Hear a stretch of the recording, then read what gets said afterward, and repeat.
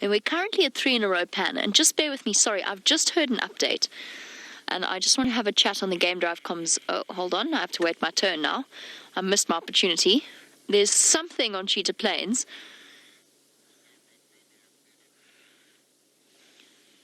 Sorry, everybody. Look at the bristles around his snout. Absolutely fascinating the way that their whiskers work, just like any other animal, incredibly bristly. And I have had the opportunity to touch the area around a hippo's mouth before, during a routine medical treatment with one of the hippos that we had on a reserve. Unbelievably bristly. Shame. Hey boy. Morning stations, my comms are about 2 out of 5. I was just wondering what that update was around Cheetah Plains Pan.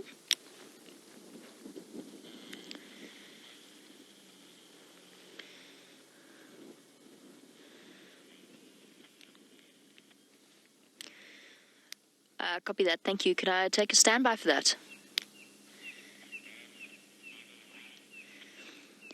I'm at 3 in a row pan now.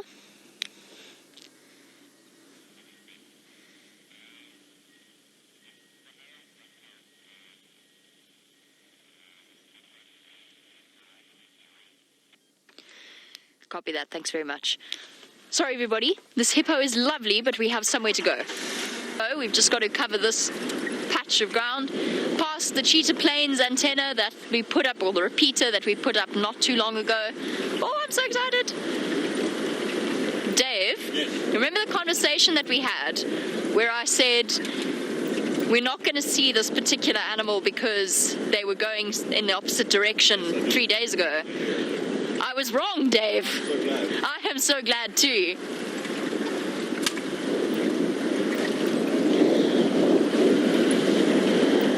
What wonderful, wonderful news. Such a perfect day as well. I think some of you will have guessed, but still. I'm going to blow away. My microphone's going to blow away. Imagine if we had the roof on, Dave. Could view them from the air.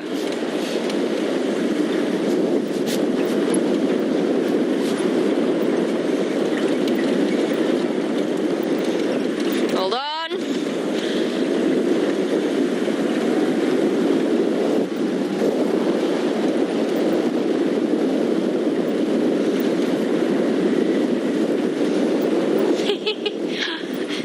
Sorry, Lou, I've got no idea what you just said. The wind is howling. Yeah, let me try cupping my ear. I do copy you, Lou, I do.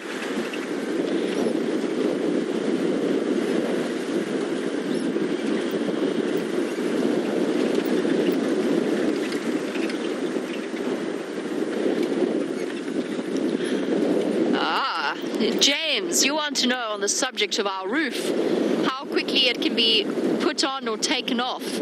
Not very quickly was our experience.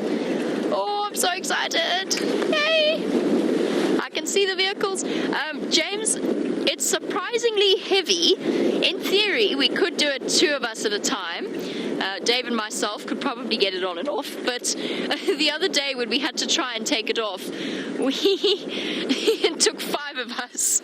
Admittedly, I think that's just because we need to get used to the whole process, but it's bolted in, so you've got to, hence the presence of my 17 spanner. Which way are we going, Darby? Oh, I'm so excited. Oh, there they are. It's not a quick process, James, but in theory we should be able to just offload, dump it if we need to. For example, we're doing a mad wild dog chase off-road and it's not raining too much. Oh, yes. I'm so excited.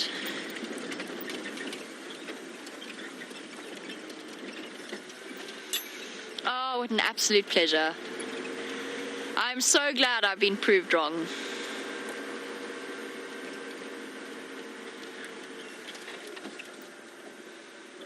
That's actually a really, really very cool image. There we go. My goodness me, boys. Have you eaten something recently, or is it just me? Look at the bellies on these cheetah.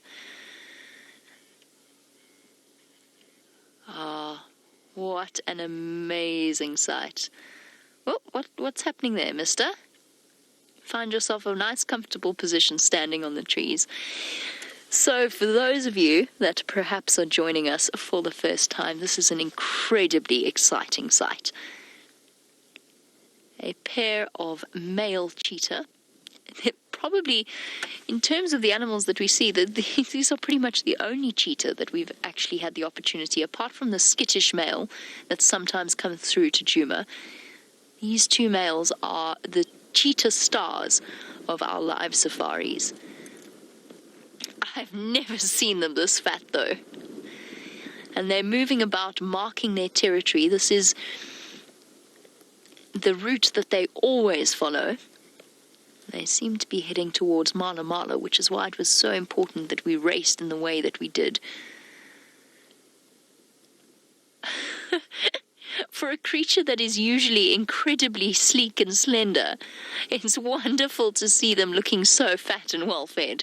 There's no other word for it. They are positively fat. Come on, climb the tree. That's a sight that we don't often get to see, but I have seen in the past, is a cheetah climbing a tree. They're not quite as good as leopards, and in fact, they're probably slightly worse than lions in terms of their tree climbing ability, but they can do it. I don't think I've ever seen such a fat cheetah in my life. Really, genuinely. I don't know what they have eaten, but they are very clearly well fed. That's amazing.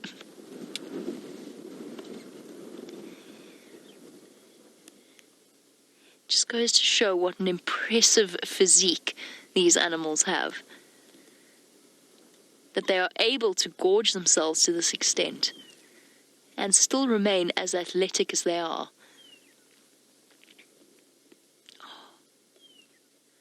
Oh, I love cheetah. We hardly ever get to see them, so this is so exciting.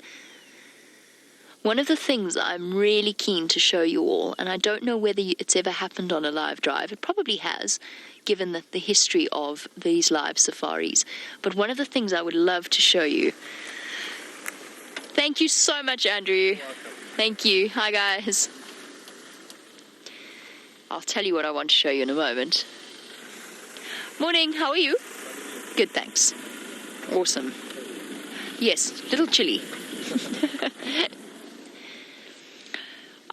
I would love to be able to show you, or for you to be able to hear the sound that cheetah make when they're calling each other. It sounds like a bird. That they chirp. Look at this. Properly marking their territory. And male cheetah are so particular. They walk an almost precise route. They have particular trees, kind of like leopards and lions, but even more specific. Precise trees that they stop and mark their territory at. That cheetah is just a belly with legs.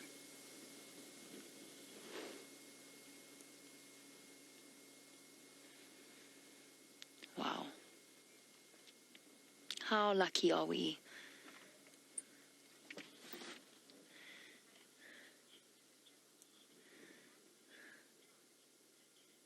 And Stephanie, you say that you haven't seen a cheetah jackal oryx.